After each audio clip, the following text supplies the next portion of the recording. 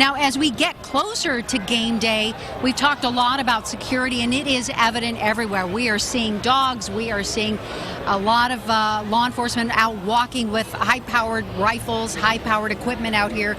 Very serious stuff. 7 News reporter Marshall Zellinger has been covering security, and the NFL addressed that issue today, Marshall. And we heard from Jay Johnson, the Secretary of the Department of Homeland Security. And as you would expect, with as many eyeballs as there is on the Super Bowl, there's a specific theme.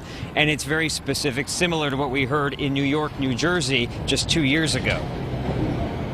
If you see something, say something. If you see something, say something. If they see something, they're going to say something. If you see something, say something. If you see something, say something. If you see something, please say something. If you see something, say something. If you see something, say something. Almost like a State of the Union address, the Secretary for the Department of Homeland Security revealed the state of Super Bowl security. At this time, we know of no specific credible threat directed at Super Bowl 50 or related events. But that is not stopping the very visible law enforcement presence in San Francisco and Santa Clara.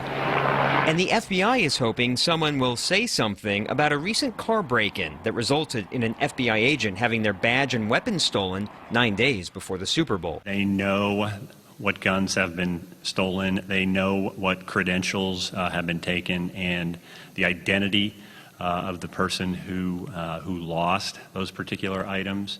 So we've pushed that information out as far and wide as possible.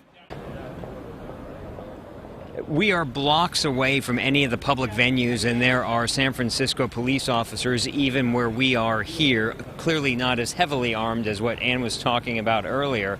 And what is clear is that they want to be very visible and present, and that's why we're seeing some of the heavily armed guards